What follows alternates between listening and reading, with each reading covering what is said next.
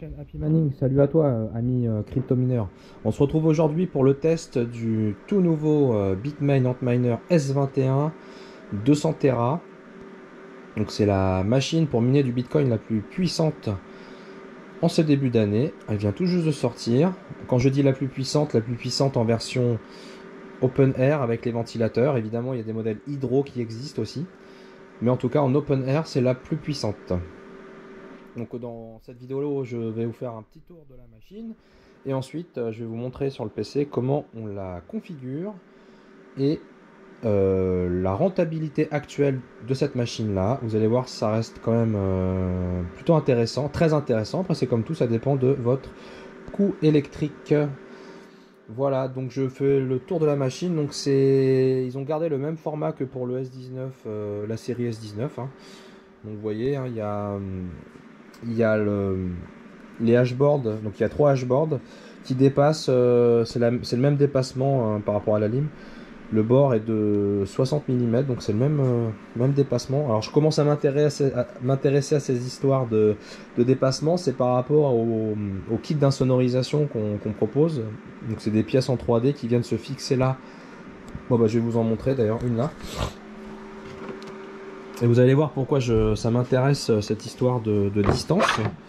C'est tout simplement parce que voilà, la pièce en 3D, elle vient se plugger, donc pour enlever les ventilateurs évidemment, elle vient se plugger là, vous voyez, et pour que ça souffle aussi dans la partie alimentation, donc là on enlève les ventilateurs, il y a une petite pièce en plus qu'on rajoute pour faire la jonction, donc des fois c'est 30 mm, des fois c'est 60, des fois c'est 90, ça varie selon les modèles, mais en tout cas, ça c'est le standard qu'on a à peu près sur les S19, on est sur du 60 mm. Bon bref, c'est un petit aparté qui a duré 30 secondes. Voilà la machine. Qu'est-ce qu'ils ont sorti aussi de nouveau? C'est la prise d'alimentation, le connecteur. Donc c'est un format, vous voyez, que j'avais jamais vu. Je ne sais pas si c'est standard, une technologie de serveur ou autre, ou si c'est du Bitmain. En tout cas, c'est nouveau. Avant, on mettait tout simplement 2 câbles d'alimentation PC classique, standard. Donc là, du coup, ils fournissent un câble. Bah oui, comme c'est un peu bizarre leur truc, ils fournissent un câble. Voilà, donc il y a des petites couleurs, hein, on peut pas se tromper. On le clip. Donc la machine est annoncée donc à environ 3400-3500 watts. Donc là on est sur plus précisément on est sur la version 195 Tera. Pour l'instant il y a 3 variations du S21, il y a un 188, un 195 et le 200. On a surtout récupéré les 195 en ce moment puisque c'est le meilleur rapport prix-puissance on va dire par rapport au 200. Donc le 200 est annoncé à 3550 watts, 3600 même hein, selon certains tests. Et celle-là un tout petit peu moins, 3450, 3500 watts. Donc c'est quand même des machines qui consomment beaucoup, faire attention où est-ce qu'on les branche. Je vous recommande d'utiliser aussi au niveau de votre tableau un disjoncteur plutôt d'être en 20 ampères si vous voulez être tranquille. Le 16 c'est un tout petit peu juste. Voilà, donc en fait c'est fourni avec, en général c'est fourni donc avec ce câble là. Donc d'un côté vous branchez ça sur la machine et de l'autre il y a ce format là qui est moins connu. C'est un C19 mâle. Et donc si vous voulez pouvoir brancher votre machine, il va falloir soit enlever couper cette sortie là, récupérer les fils et les brancher directement sur un boîtier. Ou alors obtenir un câble C19 femelle pour venir le brancher ensuite, voilà, un câble comme ça. Voilà, donc c'est un câble C19, donc il y a une partie qui va se brancher sur le câble qu'on a vu et le reste vous avez une prise classique. Voilà, donc nous on en a prévu pour ces machines là. Et donc attention, il faut comme je disais, il faut du 20 ampères, donc ça il faut les C19 on en trouve principalement en 16 ampères, donc ça ne suffit pas. Il faut les 20 ampères qui sont vraiment très épais. Le câble il est vraiment costaud, vous voyez c'est du gros câble, hein. Ça rigole pas. Voilà, donc il faut des câbles comme ça en 20 ampères. Faites attention. Après le reste sur la machine c'est classique, un port Ethernet. Vous avez les diodes, faute normale, un bouton de reset. Et ça je ne sais plus ce que c'est, mais vous avez un petit Petit branchement en USB, espèce d'USB. USB c'est pas type C mais c'est l'ancien. Je me renseignerai là-dessus. Voilà, donc toujours même nombre de ventilos à gauche à droite. Voilà, donc ça vraiment classique hein, par rapport au OS 19 qu'on trouve habituellement. Voilà, donc là j'ai fait un peu le tour de la machine. Je pense que j'ai dit l'essentiel. Et puis on va se retrouver du coup maintenant sur la configuration de cette machine. A tout de suite. Alors voici le bruit en version low power mode. Bon, ça fait du bruit, mais beaucoup moins que un bruit à 100% des ventilos. Je pense que vous m'entendez quand même parler et je suis à côté. Hein.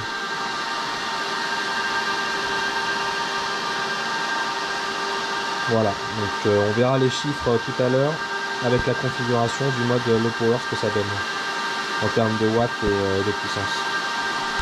On se retrouve pour la suite du test du S21 200 Tera de chez Bitmain, donc la nouvelle machine qui vient de sortir en janvier, la plus performante sur le Bitcoin en open air. Donc première chose à faire, donc comme on l'a vu, hein, on branche la machine à internet et ensuite avec un PC à côté, vous allez chercher son adresse IP. Donc vous avez deux solutions. Soit vous allez sur l'interface de votre box, donc moi par exemple c'est une Livebox, et vous tapez l'adresse IP de la Livebox pour se connecter à l'interface de la Livebox, donc c'est 192.168.1.1, et après vous rentrez dedans et vous dans les périphériques connectés vous verrez l'adresse IP de la machine. Je ne vais pas vous montrer le détail de ma Livebox. Sinon vous pouvez télécharger des logiciels de scannage d'IP comme IP Scanner, voilà. Une version gratuite qui vous permet d'analyser votre réseau interne et de retrouver votre petite machine. Une fois que vous avez identifié l'IP, vous aurez une IP locale en 192.1. Voilà, vous la tapez. Ensuite, il va vous demander de remplir le login mot de passe. Donc c'est root, R-O-O-T, les deux, login et mot de passe. Voilà. Et après, vous rentrez dedans, vous changez la langue, vous mettez en anglais. De toute façon, vous n'avez pas d'autre choix, hein, c'est anglais ou chinois. Mandarin. Voilà. Donc là, la machine, elle tourne depuis une trentaine de minutes. Voilà. Donc, on va faire. Donc, c'est une interface classique de chez des Antminer. Hein. Il n'y a rien de révolutionnaire. Vous avez une page de dashboard. Voilà. Vous pouvez voir le hash rate en temps réel. Donc, voilà. Donc là, la machine, je l'ai mis en low power mode. C'était pour tester le mode low power et que ça fasse moins de bruit. Et que ça consomme pas trop pendant le test. Voilà, donc là je l'ai mis en mode low power. Je vais vous expliquer les petits calculs après entre les différences entre le low power et le normal. Voilà, donc vous avez accès au dashboard. Donc voilà, vous pouvez. Première chose à faire du coup, c'est dans les settings. Vous avez deux paramètres principaux à régler. C'est l'URL de la pool. Ça commence tout le temps par. Enfin très souvent par stratum plus TCP 2.// et après le serveur de la pool. Et le port de la pool. Ensuite, vous mettez votre adresse BTC, point, un petit nom à votre machine. Donc là, j'ai mis mon adresse BTC avec point .s21. Vous pouvez mettre un petit mot de passe. Donc les pools, vous avez plein de pools au choix. Vous pouvez aller sur le site Mining Pool Stat pour voir toutes les pools sur le BTC. Voilà. Donc là, vous en avez plein. Vous avez les grosses pools comme Handpool qui appartient à Bitmain, F2 Pool, etc. Alors nous on a choisi d'utiliser une pool française qui s'appelle Cruxpool. Voilà, donc qui propose du minage BTC. Donc vous allez sur cruxpool.com, BTC, et ensuite vous allez voilà, vous avez une page pour trouver les bons serveurs. Donc vous mettez celui qui est en Europe, en France. Donc l'URL du serveur c'est celui-ci. Ensuite, vous avez le choix entre le Stratum port et le iDiff port. Donc, nous, on a pris le port normal, le Stratum port. Donc, avec que des 1. Donc, on a pris cette URL là. On l'a mis ici. btc cruxpool.com 2.11111. Save. Et c'est là, ici, vous avez le choix. Soit vous laissez les fans en mode automatique, soit vous cochez et vous fixez là une valeur fixe. Et vous sauvegardez. Et là, il y a le fameux mode, les différents modes. Il y a le mode normal par défaut, où la machine va miner à sa pleine puissance annoncée. Donc, entre 195 et 205 Tera pour cette machine. Il y a un mode sleep et un mode, le fameux mode low power. Voilà. Donc c'est là que je vais vous expliquer un peu les différences entre le low power et le normal. Donc le mode low power, c'est un mode qui permet d'être plus efficient. Donc là en low power par exemple, donc là, alors là la machine c'est une 195, hein, c'est pas une 200 que j'ai, c'est une 195 et donc le mode low power tourne à peu près 157. On m'avait annoncé 160 sur les 200, donc c'est à peu près logique. On est entre 155 Tera et 157 et la consommation est de 2650 watts. Donc c'est beaucoup moins que les 3400 watts. Donc en gros, le calcul c'était que on perd à peu près 20% de hash rate, mais la consommation est améliorée de 28%. Donc c'est un mode voilà, qui est plus efficient que le mode normal. Ça fait beaucoup moins de bruit, donc là on m'entend parler avec la machine à côté.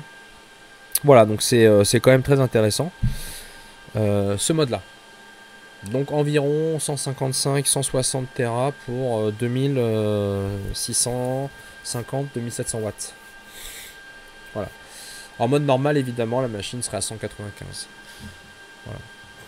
Donc dans le dashboard, bah, vous avez un tableau avec les 3 lignes de pool. Alors il y en a 3 parce que c'est pour avoir des backups. Hein, donc il va d'abord se connecter sur la première pool. Si ça se passe bien, il va... Voilà, donc là vous avez les statuts. Donc, mais ce qui compte c'est la première. Donc faut regarder aussi les accepted. Hein, c'est les shares partagés. Le travail qui est partagé, qui est accepté. Voilà, donc faut voir que ça augmente. Vous avez le taux des rejets. Donc là, aujourd'hui, j'ai pas mal de rejets. Je sais pas pourquoi. Ça peut être lié à la pool, au réseau. Principalement. Voilà. Après, vous avez un tableau avec les 3 hashboards. Donc vous avez le nombre de puces qui font les calculs sur le hashboard. Vous avez le taux de hachage par hashboard. Donc là, on voit que c'est... voilà, il y a des petites différences. Il y a le théorique et puis donc après c'est la silicone loterie, donc il y a des dashboards qui fonctionnent mieux que d'autres. Au niveau des températures, vous voyez, elles sont très très similaires. Température inlet d'entrée, température de sortie outlet. Voilà, et donc là les ventilos, on voit qu'ils sont à 3600 tours par minute. Ça, là ils sont à peu près à 50% il me semble, hein. Je crois que ça monte à 7000 facile.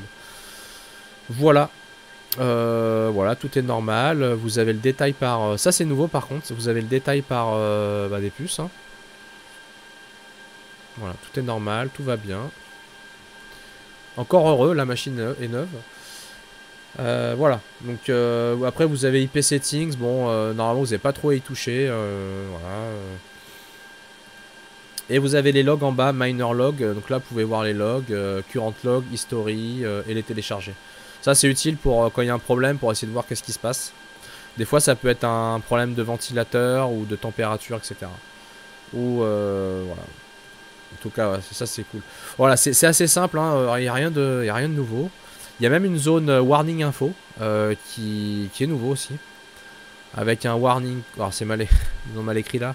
Warning cause, repairs suggestion, voilà. Voilà, donc vraiment pas mal. Ils ont fait des petites choses nouvelles sur le dashboard. Et puis ouais, il y a le firmware upgrade. Vous pouvez upgrader le firmware, hein, s'il y a un nouveau firmware qui existe. Ça arrive des fois qu'ils en sortent pour corriger des petits bugs. Voilà, alors les rentabilités sur cette machine actuellement début février. Je prends un exemple par exemple de minage en Islande, hein, comme on propose. Si ça vous intéresse, n'hésitez pas à prendre rendez-vous sur le calendrier sur notre site. Donc le S21 à 8 centimes. Donc il rapporte actuellement au 2 février donc un peu moins de 500 $ par mois. Et après ça dépend de votre coût électrique. Donc là par exemple on est environ à 8 centimes en Islande. Vous enlevez 200 $ d'électricité, il vous reste 280 $ par mois. Donc ça c'est la rentabilité actuelle, 280 $ par mois. Après évidemment si vous êtes un agent EDF, vous allez être plutôt sur du 2 centimes, à peu près hein, l'équivalent. Et donc vous avez voilà, vous n'avez que 50 $ qui partent. Vous avez que 10% de ce qui est produit qui part. Et il vous reste encore 430 $. Donc c'est vraiment hyper rentable. Pourquoi? Parce que vous voyez la machine, nous par exemple on la vend à 5500 € TTC. La version 195 Tera. Donc c'est le prix a bien baissé, hein. On était à plus de 6000 quand elle est... fin décembre. Donc là, il y a vraiment des prix intéressants qui ont bien baissé. Donc 5500 € pour un S21 195 Tera. Vous voyez, et donc si vous êtes agent EDF ou Enedis ou ce que vous voulez, la machine vous rapporte 400 € par mois. Donc voilà, le retour sur investissement simplifié et un tout petit peu plus d'1 an, quoi. Donc c'est avec la valeur du Bitcoin actuel. Donc après, vous faites vos hypothèses, hein, sur le BTC, mais bon, prochain bull run, c'est au moins x2, hein. Par rapport à la valeur d'aujourd'hui, je parle, hein. Ça va réatteindre en théorie les 70 000 comme le dernier bull run. Ça peut atteindre les 100 000, hein, c'est ce qui est prévu par pas mal d'études. Voilà, donc voilà la machine, hein, une vraie tuerie, nouveau modèle. Au passage, j'ai oublié de dire que je ferai une série de vidéos aussi sur le minage en Islande parce que j'ai acheté en perso des S21. J'en ai acheté 3. Et du coup, ils vont bientôt être installés sur place. Et du coup, je vous montrerai concrètement, voilà, comment ça se passe, comment on voit le résultat du minage, comment on est payé. Parce que je vais le découvrir dans les prochaines semaines. Et donc, je vous montrerai ça. C'est cool. Voilà, n'hésitez pas à mettre des commentaires sur la vidéo. Et puis bah moi je vous dis à très bientôt sur la chaîne Happy Mining. Et bon minage à tous.